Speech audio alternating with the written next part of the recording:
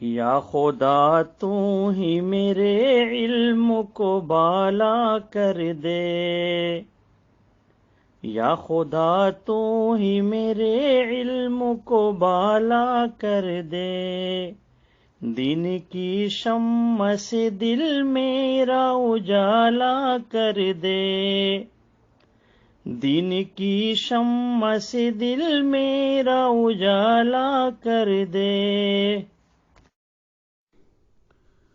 الحمد لله رب العالمين، والصلاة والسلام على أشرف الأنبياء والمرسلين وعلى عباد الله الصالحين۔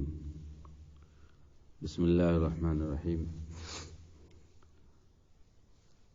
عن أبي هريرة رضي الله عنه أن رسول الله صلى الله عليه وسلم قال: لا تزال طائفة من أمتي قوامة على أمر الله لا يضرها من خالفها۔ سنن ابن ماجہ کے اندر یہ حدیث اتباع رسول یعنی سنت کی پیروی کے بیان میں یہ موجود ہے۔ حدیث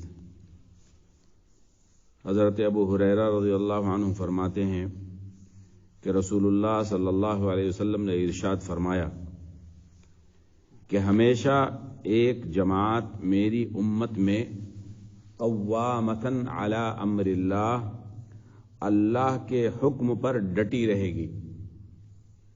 قوامتن علی امر اللہ، اللہ کے حکم کے مطابق ڈٹی رہے گی۔ لا یضرها من خالفها، ان کا کوئی نقصان نہیں کر سکے گا جو ان کی مخالفت کرے گا۔ یعنی وہ جماعت جو اللہ کے حکم کے مطابق کائنات میں لڑتی رہے گی، کھڑی رہے گی، پیچھے نہیں ہٹے گی، ڈٹی رہے گی، ثابت قدم رہے گی، وہ ایک جماعت رسول اللہ صلی اللہ علیہ وسلم کے زمانے سے آج تک ہے اور قیامت تک رہے گی۔ اور اس جماعت کا، اس کی مخالفت کرنے والے بال بھی باقا نہیں کر پائیں گے، کوئی نقصان نہیں کر پائیں گے۔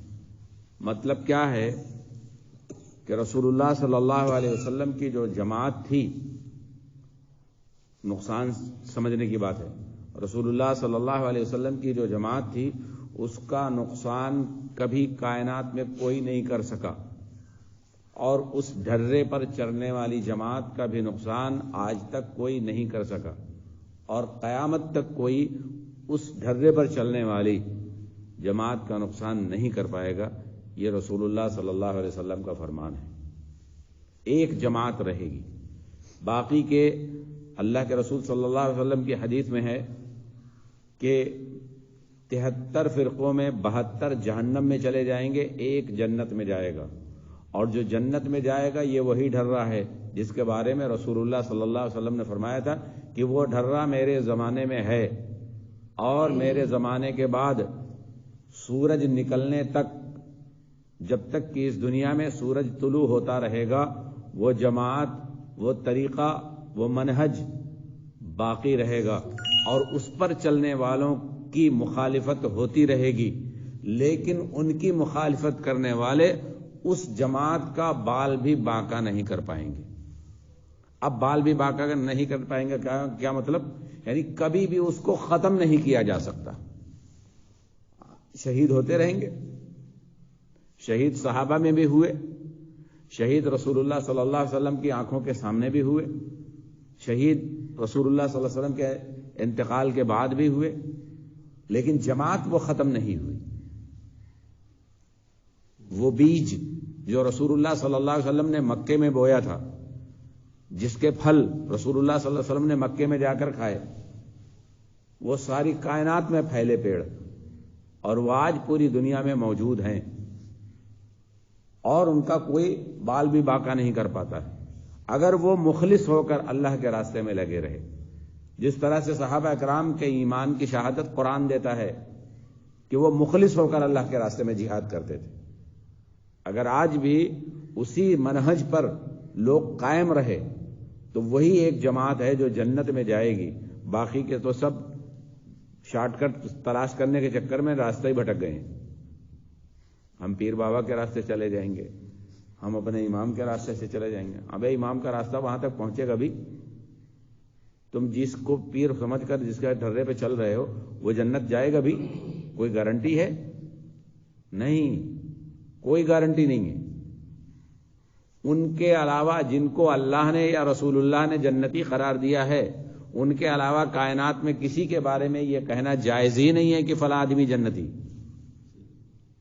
کیوں؟ اس کا علم صرف اللہ کے پاس ہوتا ہے کہ کون جنتی کون جہنمی. تو ہم میں سے کوئی جس کا ذکر اللہ نے نہیں کیا, جس کا ذکر رسول اللہ نے نہیں کیا, جنت کا سرٹیفکیٹ نہیں دیا, اس کو کوئی جنتی نہیں کہہ سکتا.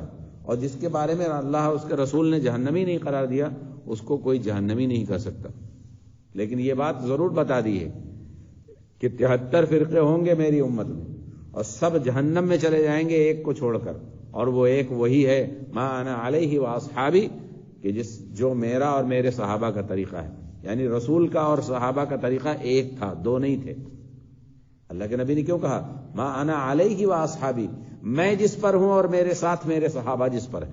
یعنی رسول اور صحابہ کا طریقہ ایک تھا. دوسری حدیث میں کہتے ہیں قال سمعت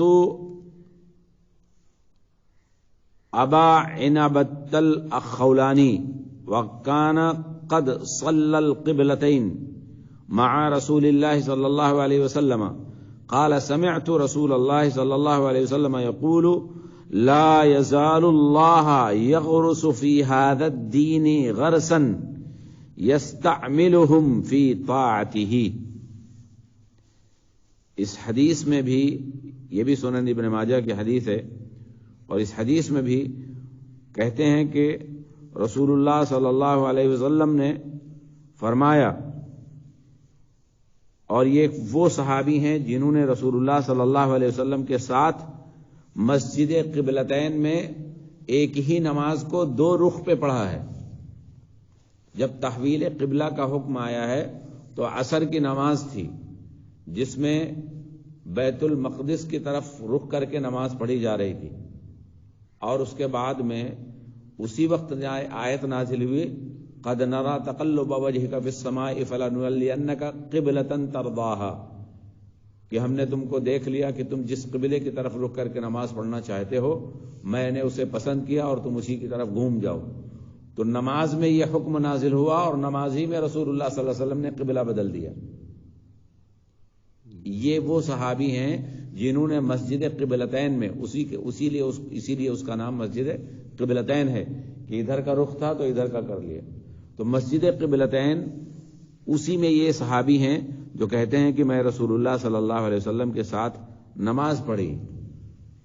وہ فرما رہے تھے کہ میں نے رسول اللہ صلی اللہ علیہ وسلم کو یہ فرماتے ہوئے سنا ہے, کیا لا يزال اللہ یغرس فی هذا الدین غرسا, ہمیشہ اللہ تعالی اس دین میں ایسے پودے پیڑ لگاتا رہے گا. غرسن یغرس, غرسا یغرس کا مطلب ہوتا ہے درخت لگانا, کوئی پودا لگانا, کسی قسم کی کوئی ہریالی لگانا جس کو بولتے ہیں. اب وہ گلاب کے پیڑ بھی ہو سکتے ہیں, درخت بڑے ہو سکتے ہیں, آم کے پیڑ بھی ہو سکتے ہیں, جو بھی ہو. غرس کا مطلب ہوتا ہے زمین میں کوئی ایسی چیز گاڑ دینا جس سے اگنا ہو. ہمیشہ اللہ تعالیٰ اپنے دین میں ایسے پودے لگاتا رہے گا جنہیں وہ اپنی فرما برداری میں استعمال کرتا رہے گا. یستعملہم فی طاعتہ, اپنی اطاعت میں لگائے رہے گا. یہ کون سے درخت ہیں جو اللہ تعالیٰ اپنے دین میں ہمیشہ لگاتا رہے گا؟ لا یزالو کہا گیا ہے, لا یزال اللہ, کہ اللہ تعالیٰ ہمیشہ لگاتا رہے گا, یعنی کبھی وہ کام بند نہیں ہوگا. دنیا میں ہر دن کوئی نہ کوئی اللہ کا مجاہد پیدا ہوتا ہے. ہر دن, کوئی دن ایسا نہیں جاتا ہے کہ جس دن اللہ تعالیٰ اس دنیا میں مجاہدوں کو نہ پیدا کرتا ہو, اور وہی دین کو ٹھہرائے ہوئے ہیں. وہ جماعت جب تک باقی رہے گی, یہ دنیا باقی رہے گی, جس دن وہ جماعت ختم ہو گئی اسی دن قیامت آئے گی، کیونکہ قیامت اہل توحید پر نہیں آئے گی، یہ بھی یاد رکھیں، قیامت اہل توحید پر نہیں آئے گی، قیامت ان پر آئے گی دنیا کے جو بدترین لوگ ہوں گے، اور وہ کون ہوں گے؟ شرار الخلق عند اللہ، بدترین مخلوق اس دنیا میں اللہ کے نزدیک کون سی ہے؟ المشرک، یہ مشرک ہوں گے، یہودی، عیسائی، کفار، یہ سب کے سب اسی۔ اب قیامت انہی بدنصیبوں پر آئے گی۔ جب تک کہ اس دنیا میں کلمہ پڑھنے والے اور توحید پر قائم رہنے والے رہیں گے تو قیامت نہیں آئے گی۔ اور اسی جماعت کے بارے میں بتایا جا رہا، لا یزال اللہ یغرس فی ھذا الدین غرسا، کہ اللہ تعالیٰ اس دین میں پودے لگاتا رہے گا اور ان کو اپنی اطاعت پہ استعمال کرتا رہے گا۔ اللہ تعالیٰ لگائے گا ایسے لوگوں کو۔ یہ عجیب ایک حدیث ہے کہ جس میں ہماری پہچان ایک پودے سے ہوئی، اور رسول اللہ صلی اللہ علیہ وسلم نے غرس کیوں استعمال کیا؟ یغرسو غرسن، کہ اللہ تعالیٰ اپنے اس دین میں پودے لگاتا رہے گا۔ پودے کا کام کیا ہوتا ہے معلوم؟ اس کو جب لگایا جاتا ہے تو وہ چھوٹا ہوتا ہے، اور اس کے بعد میں جب وہ بڑھتا ہے تو اس میں تنے، پتے، کلی، ڈال، جنگے اور پھر پھل سب کچھ دیتا ہے۔ تو مومن کی مثال بھی ایسی ہے کہ جب وہ دنیا میں پیدا ہوتا ہے تو اپنے شروع سے لے کے لوگوں کو فائدہ پہنچاتا رہتا ہے، نقصان نہیں پہنچاتا، سایہ بھی دیتا ہے، رزق بھی دیتا ہے، پھل بھی دیتا ہے، اور بوڑھا ہو جانے کے بعد میں، ختم ہو جانے کے بعد میں اس کی لکڑی بھی استعمال ہوتی ہے، یعنی دنیا سے جاتے جاتے بھی لوگوں کو فائدہ پہنچا کر جاتا ہے۔ اسی لیے غرض استعمال کیا، اور وہ جماعت صرف صحابہ کی جماعت تھی، اور ان کے ڈرے ومن تبعہم بإحسان الی یوم الدین، قیامت کے دن تک جو لوگ اس پر چلتے رہیں گے، ومن تبعہم، جو ان کی اتباع کرتے رہیں گے، الی یوم الدین، قیامت کے دن تک۔ تو قرآن نے بھی وضاحت کر دی کہ ایسی جماعت دنیا میں قیامت تک رہے گی جو ان کی پیروی میں لگی رہے گی، اور اللہ تعالیٰ ایسے لوگوں کو پیدا کرتا رہے گا اور ان کو زندہ کرتا رہے گا۔ یغرس غرسن، کہ وہ ایسے لوگوں کو اللہ تعالیٰ اپنے دین کی حفاظت کے لیے، محدثین کو اللہ تعالیٰ نے پیدا کیا، مؤرخین کو پیدا کیا، اللہ تعالیٰ نے مفسرین کو پیدا کیا۔ تو یہ کوئی چیز ختم ہونے والی نہیں ہے جس کا نام دین ہے، یہ ہمیشہ رہے ہے، ہمیشہ سے رہے گی۔ اللہ تعالیٰ سے دعا ہے کہ اللہ رب العالمین ہم سب کو اپنی رحمت میں ڈھانپ لے اور ہم سب کو ایک اور نیک ہونے کی توفیق عطا فرمائے۔ جب تک زندہ رکھے اللہ تعالیٰ اپنے رسول کی اطاعت میں اور اپنی فرمانبرداری میں، اپنی عبادت میں لگائے رکھے۔ جب اس دنیا سے موت آئے، اللہم رزقنا حسن الخاتمہ، تو ہمیں توحید پر موت آئے۔ سبحانک اللہم و بحمدک، اشہد ان لا الہ الا انت، استغفرک و اتوب الیک۔